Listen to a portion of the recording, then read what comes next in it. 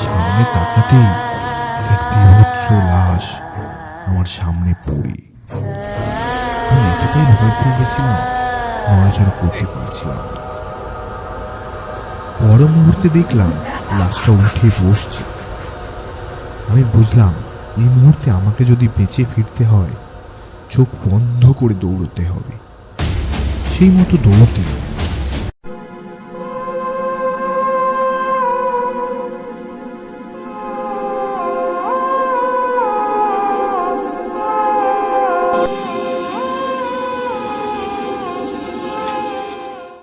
আমি শরদিন্দু, বহুবার সরকারি চাকরির পরীক্ষায় বসে চাকরি পেতে ব্যর্থ হয়ে এখন কিছু কোচিংয়ে টিউশন পড়াই।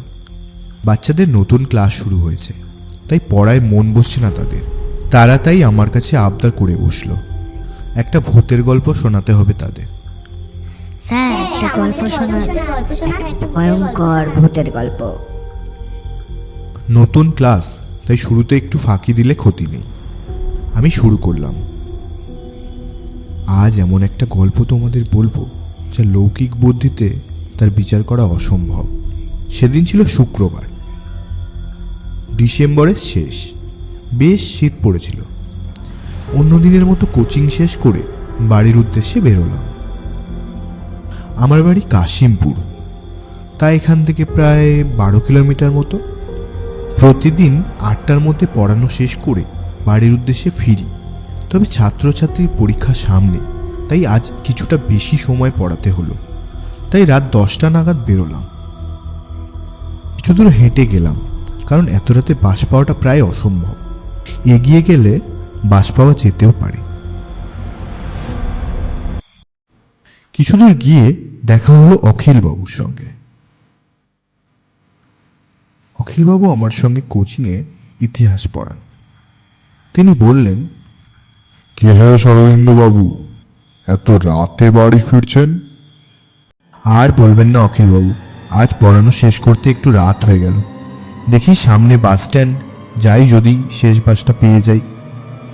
কি বলছেন মশাই, আপনি দেখছি জানেন না, আজ তো বাস ধর্মঘট ডেকেছে। সন্ধ্যা 6টার পর থেকে কোনো বাস চলছে না।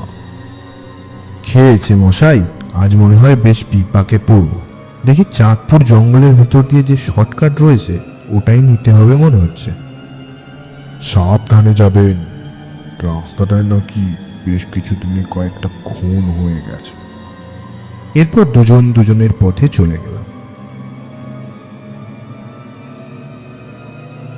কিছুদূর গিয়ে চাঁদপুরের রাস্তাটা নিলাম, কারণ এটা শর্টকাটও হয়, উপরন্তু একটা টোটো স্ট্যান্ডও আছে সেখানে।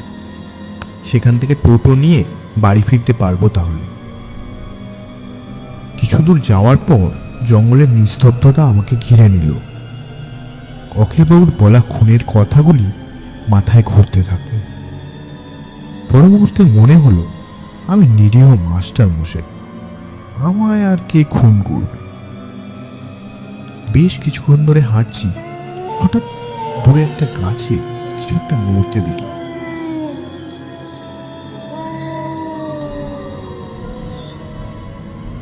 আমার শরীরে শিহরণ খেলে গেল। বললাম, কে রে? এই শীতের রাতে এমনিতেই ভয়ে মরছি, তার উপর আরেক জ্বালা। বলতে বলতে এগিয়ে গেলাম। গিয়ে যা দেখলাম কথায় প্রকাশ করা যায় না। উল্টো হয়ে এক মূর্তি ঝুলছে, তার মুখটা ঠিক দেখা যাচ্ছে না। বুঝলাম এটা স্বাভাবিক কিছু নয়। আমি দৌড় লাগালাম। কিছু দূর গিয়ে হাঁফিয়ে যাওয়ায় আমার হাঁটতে থাকলাম, কিন্তু কেমন একটা অনুভূতি হচ্ছে, কেউ যেন ফলো করছে আমাকে, কেউ যেন ঠিক আমার পেছনেই রয়েছে। শুনে তাকালাম, কাউকে দেখতে পেলাম না। সামনে তাকাতেই এক বীভৎস লাশ আমার সামনে পড়ে। আমি এতটাই ভয় পেয়ে গেছিলাম, নড়াচড়া করতে পারছিলাম না।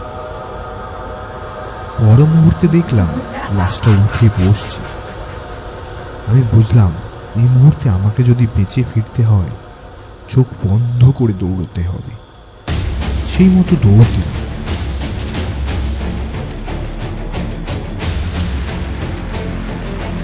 কিছু দূর দৌড়ানোর পর আমি এসে পৌঁছেছিলাম টোটো স্ট্যান্ডের সামনে। টোটো চেপে সেদিন কোনোভাবে বাড়ি পৌঁছেছিলাম। গল্পের শেষে দেখলাম সকল বাচ্চারা নিথর হয়ে বসে আছে। আমি প্রশ্ন করলাম, ভয় পেলে নাকি? কেউ কিছু উত্তর দিল না। আমি তাদের সাহস দেওয়ার জন্য বললাম, আরে আমি তো গল্প সাজিয়ে বললাম, কিছুই সত্যি নয়, তোরা শুনতে চাইলি তাই আর কি। অন্যদিকে আমি মনে মনে ভাবলাম, এটা আমি ওদের বোঝাচ্ছি ঠিকই, কিন্তু নিজের মনকে বোঝাই কি করে। সেই রাতে সেই ঘটনার প্রত্যক্ষদর্শী ছিলাম।